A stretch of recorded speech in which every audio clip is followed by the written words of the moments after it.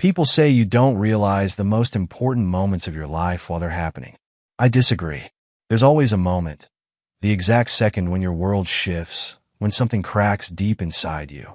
You might not understand it at first, but you feel it. For me, that moment came too late. I thought I had a good marriage, a strong one. I was wrong. I can still picture the way Olivia smiled at me the night we got engaged. It was late summer in New York, and we were standing on the rooftop of a little boutique hotel in Brooklyn, looking out over the city lights. I had planned everything, the perfect dinner, a bottle of champagne, and the ring burning a hole in my pocket. I was nervous as hell. My palms were sweaty, and my heart was hammering against my ribs. But when I dropped to one knee, all my nerves disappeared. Olivia gasped, covering her mouth with both hands. "Yes," she whispered, her eyes full of tears. Then she laughed. "Of course, yes." That was nearly 8 years ago.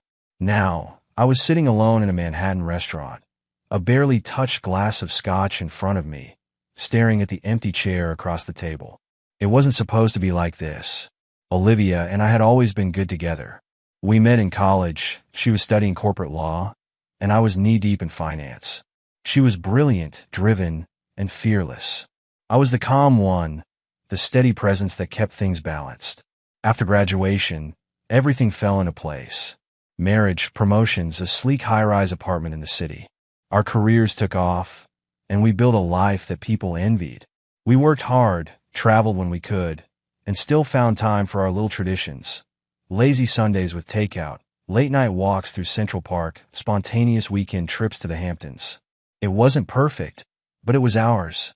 At least, that's what I believed. Over the last couple of years, something had shifted. At first, I told myself it was just life, long hours, stress, the weight of responsibility. Olivia had always been ambitious, but now she was constantly buried in work. Late nights at the office turned into weekends away at conferences. Our plans started getting pushed aside. I never questioned it. So when she called earlier today, her voice rushed, telling me she couldn't make dinner because of an emergency client meeting, I didn't argue. I had planned this night for us, reserved a table at her favorite restaurant, picked out a wine I knew she loved. But I understood. Work was important. It always had been. I sat there for over an hour, picking at my meal, watching the city move outside the window. The restaurant was buzzing, couples leaning into each other, laughter echoing through the dimly lit space. It was strange how crowded places could still feel lonely. I checked my phone. No messages. Maybe I was overthinking things. Every marriage has phases, right? People get busy. The spark fades a little, but that doesn't mean it's gone. We just had to put in the effort. I just had to try harder. With a sigh, I flagged down the waiter and asked for the check. On the way home, I'd pick up something for Olivia, maybe those macarons from the French bakery she liked. A small reminder that I was still here, because in my mind, we were still strong, and I had no reason to think otherwise. I woke up to the sound of Olivia moving around the bedroom, already halfway dressed for the day. For a few seconds, I just lay there, blinking at the ceiling, my mind still foggy from sleep. The bed felt cold. She must have gotten up early again. Lately, she was always the first one out the door, barely stopping long enough for a quick goodbye. "Morning," I muttered, stretching as I sat up. She glanced over her shoulder while fastening an earring. "Morning. I didn't wake you, did I?" "Nah," I yawned. "You're up early." "Big day," she said, smoothing down her blouse. "Got a client meeting first thing, and I still need to review some documents before heading out." I ran a hand through my hair, watching her move around the room. "How about dinner tonight?" "Just us." She paused by the dresser, adjusting her bracelet. "I'll try, but I might be stuck at the office late." I smiled. "I'll take that as a maybe." She returned the smile, small, a little distracted. Then she leaned down, kissed my cheek, and grabbed her bag. "Don't wait up, okay?" The door closed behind her before I could say anything else. A few hours later, I met up with Daniel, one of my closest friends from work. We grabbed lunch at a little cafe near our office, the kind of place with overpriced sandwiches and tiny espressos. "So," Daniel said, stirring his coffee, "how's married life treating you?" I smirked. "You make it sound like I just got hitched." "Hey, 8 years is still impressive," he said, taking a sip. "Everything good?" "Yeah," I said automatically. Then, after a pause, she's been busy with work, but that's nothing new. Daniel raised an eyebrow. Still canceling plans on you? I shrugged. It happens. It's not a big deal. He didn't look convinced. Just make sure you're not the only one making time for the relationship. I rolled my eyes. You sound like a therapist. Daniel grinned. Just looking out for you, man. That evening, I decided to surprise Olivia. If she was too busy to make it to dinner, I'd bring dinner to her. I picked up sushi from her favorite spot and figured I'd swing by her office. But just as I was about to leave, my phone buzzed. Olivia's name lit up on the screen. Olivia. Hey, don't wait up. Gonna be at the office super late. I hesitated, then typed back. Me? No worries. Hope it's not too stressful. Love you. It took her almost 10 minutes to respond. Olivia, love you too. I exhaled, staring at the screen. Then, shaking it off, I put the food in the fridge. Maybe tomorrow would be different. I hadn't seen much of Olivia over the past few days. It felt like we were living in the same apartment, but moving in completely different directions. If she wasn't working late, she was too drained to do anything by the time she got home. I kept telling myself it was temporary. Stress, career pressure. It happens. That's why, when I sat across from Ryan at lunch, I wasn't surprised when he brought it up. She blew off dinner again, he asked, stirring his iced tea with his straw. She had a client meeting, I said, trying not to sound defensive. Ryan gave me a skeptical look. Dude, I get it, careers are important, but she's been canceling on you a lot lately. I shrugged. It's just a rough patch. It'll pass. He exhaled, leaning back in his chair. Just make sure you're not the only one putting in the effort.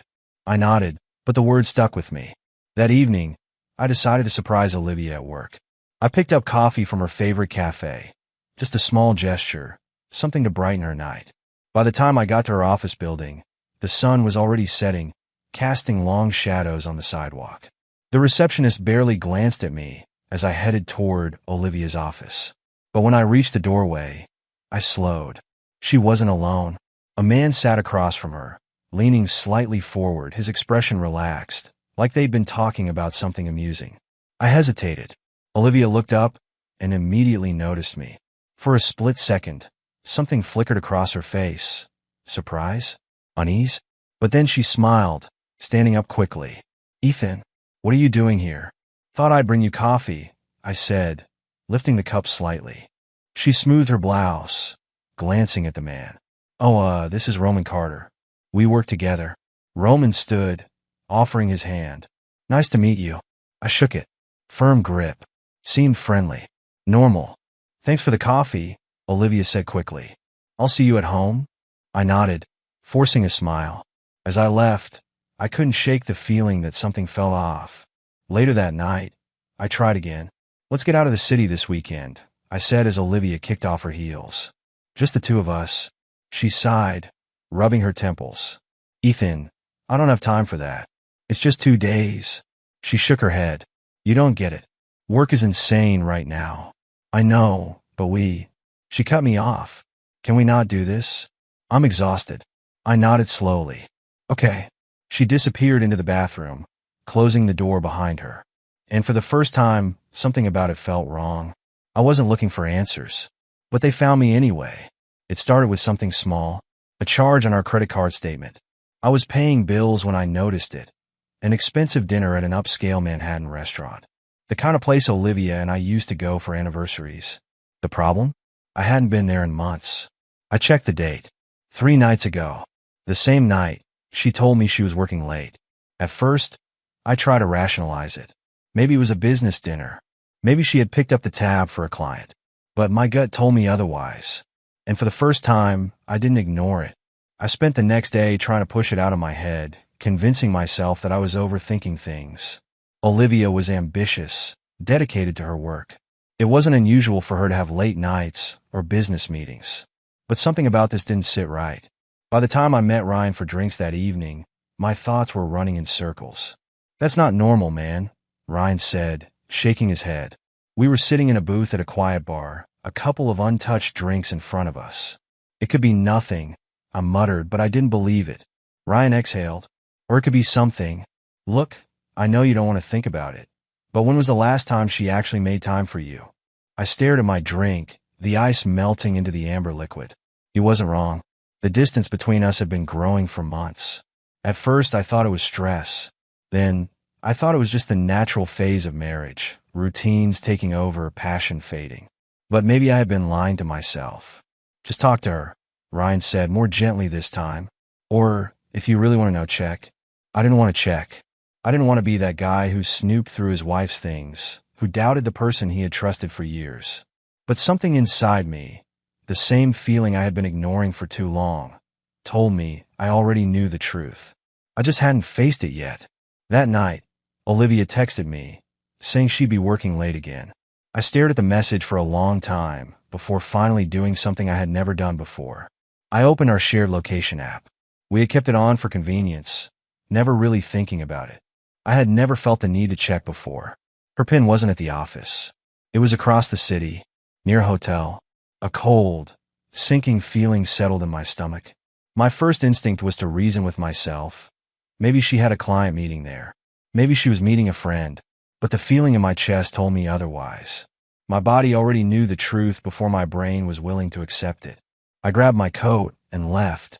I don't remember the drive. Just the way my hands gripped the steering wheel, how my pulse pounded in my ears. I barely even registered the streets passing by, the glowing lights of Manhattan blurring together. My mind kept looping through excuses, explanations, anything that might make this something other than what it seemed. But then I saw her, Olivia, and him. They were standing near the hotel entrance, close enough that there was no mistaking their familiarity. He leaned in slightly, whispering something, and she laughed, the kind of laugh I hadn't heard from her in months. Then he touched her waist. She didn't pull away. Instead, she stepped closer, and then they kissed. The world around me faded. The sounds of the street, the distant honking of cars, the chatter of passers-by. It all became background noise to the roaring in my head. I had my answer.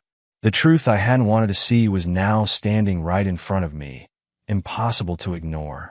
But instead of confronting them, instead of storming over and making a scene, I stayed in the car, watching, thinking, because this wasn't just about betrayal. This was about what I was going to do next. I didn't sleep that night. I don't remember driving home. One moment, I was gripping the steering wheel outside that hotel, heart pounding. The image of Olivia in another man's arms burned into my brain. The next, I was sitting in our dark apartment, staring blankly at the wall. I had proof. Cold, undeniable proof. And yet, I didn't storm into that hotel. I didn't call her. I didn't throw accusations at her the second she walked through the door. Instead, I sat in silence, running through every possible scenario in my head. I wasn't thinking about why she did it. I wasn't even thinking about how long it had been going on. I was thinking about what I was going to do next. By the time the sun crept through the blinds, I had my answer. I wasn't going to be the fool in this story. Olivia came home early that morning, looking exhausted. She dropped her purse by the door, stretching her neck like she had just pulled an all-nighter. She sighed. God, I'm so tired. I sat at the kitchen table, coffee in hand, already dressed for the day. I forced a casual smile. Long night? She glanced at me, her expression unreadable for a split second before she nodded. Yeah. Client meeting ran later than I expected. A lie. Smooth. Effortless. She walked over and kissed my cheek, and it took every ounce of self-control not to pull away. Sorry I didn't text more, she continued, moving toward the fridge. It was just crazy at the office. Crazy at the office. Right. That's what she was calling it. I sipped my coffee, watching her closely. Every movement. Every word. Before last night, I would have believed her without hesitation. But now, I was seeing her for exactly who she was. And I wasn't going to let this slide. That afternoon, I met up with Ryan again. The second he saw me, his expression shifted. You look like hell, he said, setting his beer down. I exhaled. I know. Ryan leaned in. Talk to me. What happened? I didn't speak right away. Instead, I reached into my pocket, pulled out the credit card statement I had printed that morning, and slid it across the table. Ryan's eyes scanned the charges, his expression darkening. Shit? I nodded. She was there, and she wasn't alone. Ryan set the paper down. What are you going to do? I leaned back, tapping my fingers against the table. I don't know yet. That was a lie. I didn't know. I just wasn't ready to say it out loud. That night, I watched Olivia. Not in an obvious way, but in the way a hunter studies his prey. She moved around our apartment like nothing was wrong, texting on her phone, humming softly as she poured herself a glass of wine. I was done being blind. She had no idea that the man she had betrayed wasn't the same one sitting across from her now. And soon enough, she was going to find out exactly what that meant. I wasn't angry anymore. Anger is reckless. It makes people do stupid things, confront too soon, say things they can't take back, react instead of plan. And I wasn't going to waste this opportunity by losing my temper.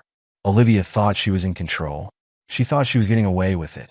She had no idea I was about to turn the tables.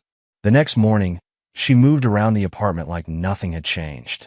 She kissed my cheek before heading to the kitchen, humming softly as she poured herself a cup of coffee.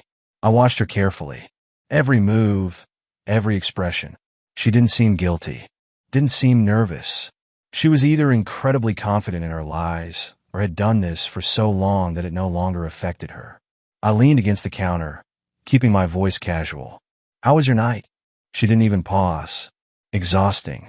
I got home so late I barely remember getting into bed. A perfect lie. I nodded, sipping my coffee. Yeah, you were out cold. She glanced at the clock and sighed.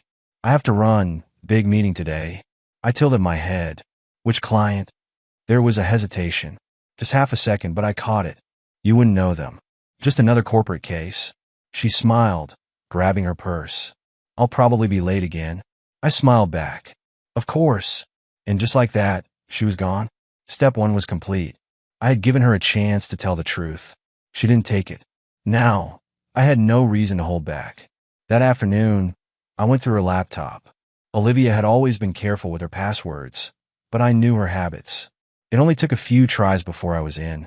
Emails, deleted messages, a second email account. She had booked a dinner reservation under a fake name, a hotel confirmation, a receipt for something she never mentioned. I took photos of everything. Then I tried her phone. The passcode had changed. Smart, but not smart enough. That evening, I followed her. She had told me she was working late, so I left work early, parked a block from her office, and waited. When she finally walked out, she didn't head toward the subway or grab a cab home. She walked 2 blocks, glancing at her phone, then stopped outside a cafe. A minute later, he arrived. Roman. They sat across from each other, leaning in close, talking like they had nothing to hide. At one point, she touched his hand. He smiled. She smiled back.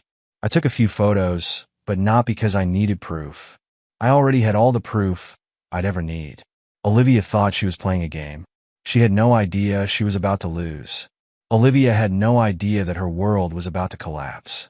She kissed me goodbye that morning, smiling like nothing had changed. Like she hadn't spent the night wrapped around another man. Like she wasn't lying to my face every single day. But I wasn't the same man she had been fooling. I wasn't hurt anymore. I wasn't lost. I was focused. She thought she had everything under control. She had no idea I was about to take it all away. I took the day off work. Olivia thought I had an early meeting, which made it the perfect time to start dismantling everything she had built. It didn't take long to find something. She had been careful, but not careful enough. On our shared laptop, I found a document buried deep in a folder labeled Personal, a draft of a separation agreement. My name, her name, a full list of our assets. I sat there, staring at the screen, barely breathing. The date on the file was over 6 months ago. She had been planning this for half a year. This wasn't just an affair. She had been laying the groundwork to get rid of me on her terms, waiting for the right moment, setting things up exactly how she wanted. Maybe she was stalling for a financial advantage, or maybe she was just waiting for Roman to be ready. But whatever her plan was, it didn't matter anymore, because now I had my own plan. First, I made sure she couldn't touch my money. We had joint accounts, but I had my own private one. Over the next few hours, I transferred just enough. Not enough to trigger suspicion, but enough to ensure she wouldn't get a cent more than she deserved. Then, I protected my assets.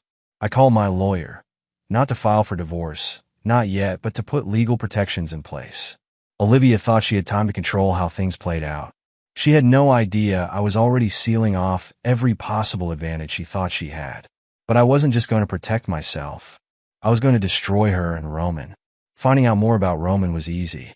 A few deep dives into his background, some phone calls, and I had a full picture. He wasn't just some random guy. He was strategic. He worked for a competing investment firm, which meant this wasn't just about an affair. There was more going on here. Maybe she had been feeding him information. Maybe they were planning something bigger. So I planted the first seed of doubt. Using a burner email, I sent Roman a single photo. Him and Olivia at the cafe, leaning in close. No threats. No accusations. Just one message. Are you sure you're the only one? It wouldn't take much to shake him. Guys like Roman, they don't share. They like to believe they're the ones in control. The second they think they're being played, they start to panic. And Olivia? She was about to realize that the man she thought she had fooled was already 10 steps ahead of her. But I wasn't done. That night, when I walked into our apartment, Olivia was curled up on the couch, wine glass in hand, scrolling through her phone. She glanced up at me, smiling like nothing was wrong. "Hey," she said. "How was your day?" I smiled back. Just a normal day. At that very moment, I knew Roman was staring at his phone, reading my message, wondering if she had been lying to him too. And this was just the beginning. Olivia still thought she was in control. She moved through our apartment with the same ease as always, humming softly as she scrolled through her phone, sipping coffee while pretending to listen to me. She kissed my cheek before leaving for work, just like she always had. But her world was already beginning to crack. And I was the one pulling the strings. That morning, as she grabbed her purse, I leaned casually against the counter. "Busy day?" She nodded, slipping on her heels. "Yeah. Meetings, paperwork, the usual." I smiled. "That's good." She kissed me goodbye and walked out the door, completely unaware that the next phase of my plan was already in motion. A few moments later, my phone buzzed. Not from Olivia. From Roman. I had expected it. The first message had done its job, planting the seed of doubt in his mind. But now it was time to water it. I opened my laptop, attached the next photo. Olivia sitting a little too close to one of her male colleagues at a corporate event. Completely innocent, really. But perception is everything. Make someone paranoid enough, and they'll destroy themselves. I typed out a single line. "Are you sure she's not playing both of you?" Then I hit send. That night, I heard it happening. Olivia was in the bedroom, her voice sharp, hushed but urgent. "What the hell are you talking about?" A pause. "Are you seriously accusing me of something right now?" Another pause. Then lower, colder. "You're being ridiculous, Roman." Bingo. I sat on the couch, flipping through my phone like I hadn't just orchestrated the first real fight between them. A few minutes later, she came stomping out of the bedroom, jaw tight, phone clutched in her hand. She froze when she saw me. I glanced up, keeping my face neutral. "Everything okay?" She hesitated before forcing a tight smile. "Yeah, just some work stuff. Want some wine?"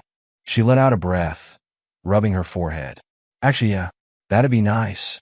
I poured her a glass, watching as she took a long sip. She needed to calm her nerves. She had no idea the worst was yet to come. The next day, it was time to ruin her career. For years, Olivia had been the firm's golden girl, the rising star, the one bosses trusted. But trust is fragile, and once it's broken, it never fully recovers. I opened an anonymous email account and typed out a carefully worded message to her boss. No wild accusations, no angry rants, just a simple nudge in the right direction. There are whispers about Olivia Carter's inappropriate meetings with a competitor. I thought you want to know. Then I attached the same photos I sent to Roman. And just for good measure, I added one final line. "You might want to check who she's really loyal to." I hit send. Now, I just had to wait. That evening, when Olivia walked through the door, she looked tense. She dropped her purse onto the counter harder than usual, rubbing her temples. I took a sip of my drink. "Rough day." She exhaled. "Yeah, some bullshit at work. Someone's been spreading rumors about me." I raised an eyebrow. "Really? What kind of rumors?" She shook her head. "Nothing. It's stupid." I smiled. "I'm sure it'll blow over." Olivia let out a dry, humorless laugh. "Yeah, I hope so." She had no idea her life was already in free fall. And I was just getting started. Olivia's world was falling apart. She just didn't know that I was the one pulling the strings. For weeks, she had been untouchable, balancing her perfect image as the successful corporate woman, the loving wife, and the secret mistress. She thought she was in control. She thought she could play both sides and come out on top. But she was about to learn what it felt like when everything came crashing down. And the best part? She had no idea it was me. That morning, I watched her closely. She was distracted, checking her phone every few seconds, her fingers gripping her coffee cup a little too tightly. She barely looked at me. Something wrong? I asked casually. She blinked, snapping out of whatever was on her mind. Just work stress? I nodded. I'm sure it'll blow over. She hesitated before nodding quickly. Yeah, of course. She kissed my cheek and left. She still thought she had everything under control. She was wrong. By noon, the cracks in her carefully built life had turned into full-blown fractures. Olivia had always been respected at her firm. A rising star. Someone bosses trusted without hesitation. But trust is a fragile thing. And with the right whispers in the right ears, it disappears instantly. I had been that whisper. Her call came in the middle of the afternoon. I knew it was coming. I'm going to be late tonight, she said, her voice tense. I let the silence stretch. Why? A pause. Then, too quickly, meetings. Just some corporate bullshit. I smiled. She was already lying without thinking. She didn't even realize how obvious it was. I wasn't going to stop her. Not yet. That evening, when Olivia finally walked through the door, she looked shaken. She tossed her bag onto the counter, rubbing her temples. She didn't even meet my eyes. I took a sip of my drink. Long day? She exhaled sharply. Yeah. I studied her carefully. Something happened at work? She hesitated. Then, shaking her head, she forced a chuckle. Nothing serious. Just office politics. I tilted my head. You sure? She scoffed. Someone started a rumor about me. Said I've been meeting with competitors, leaking information. Can you believe that? I swirled my drink in my hand. Wow, that's serious. She laughed bitterly. Yeah, but they don't have proof. It'll go away. She didn't know it yet. It wouldn't go away. Meanwhile, Roman was falling apart too. The second anonymous email had done its job. He wasn't just questioning Olivia. He was panicking. I knew things had escalated when Olivia stomped into the bedroom and slammed the door behind her. A few moments later, I heard her voice. What the hell is wrong with you? A pause. Then lower, angrier. You're being paranoid, Roman. I smirked. Good. Let them destroy each other. Minutes later, she stormed back into the living room, jaw clenched, tension radiating off her in waves. I looked up from my drink. Everything okay? She hesitated, forcing a tight smile. Yeah, just work stuff. Liar. I took another slow sip. I'm sure it'll blow over. She didn't respond. Just walked past me, grabbed a bottle of wine, and poured herself a full glass before collapsing onto the couch. She was cracking, and I was enjoying every second of it. Olivia was about to lose everything. Her job, her reputation, the life she thought she had carefully built. And the best part? She had no idea that I was the one responsible for it all. Not yet, but she was about to find out. It started with an email. Olivia had been on edge at work for weeks.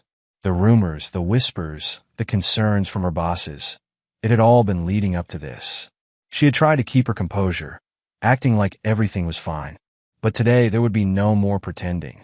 Because today, the partners would receive something she wouldn't be able to talk her way out of. A collection of photos, hotel bookings, copies of deleted emails from an account she thought was hidden. Just enough evidence to make it clear. Olivia had compromised the firm's reputation. By noon, she would be unemployed. By evening, she would realize that I had destroyed her life from the inside out. At 5:32 p.m., she called. I let it ring. At 6:07 p.m., she was home. She threw her bag onto the floor, her entire body shaking. I got fired today, Ethan. I took a slow sip of my drink. Really? Her eyes widened. Don't do that. Don't act like you don't care. Someone sent them everything. They think I was leaking information. I leaned back in my chair. Were you? She inhaled sharply, her face turning pale. Of course not. You know I wouldn't. I smiled. Do I? Silence. The fear in her eyes was delicious. You're not even surprised. she whispered, her voice barely holding together. I stood up, setting my drink down. That's because I already knew, Olivia. Her lips parted slightly, her breath shallow. Well, what do you mean? I took a slow step toward her. Did you really think I wouldn't find out? Did you really think I wouldn't notice? I chuckled, shaking my head. I knew weeks ago. Every lie. Every night with him. Every plan you made to leave me once you got what you wanted. Her eyes filled with tears. Ethan, Save it, I said coldly. We're past that now. She swallowed hard. I made a mistake. I laughed. A mistake? Olivia, dropping your phone in the sink is a mistake. Forgetting someone's birthday is a mistake. You made a choice. She wiped her eyes. We can fix this. I smiled. We are done. I reached into my pocket and pulled out a neatly folded document, tossing it onto the counter. She hesitated before picking it up. As she scanned the first few lines, her entire body tensed. Divorce papers. Filed. Processed. Finalized. You already?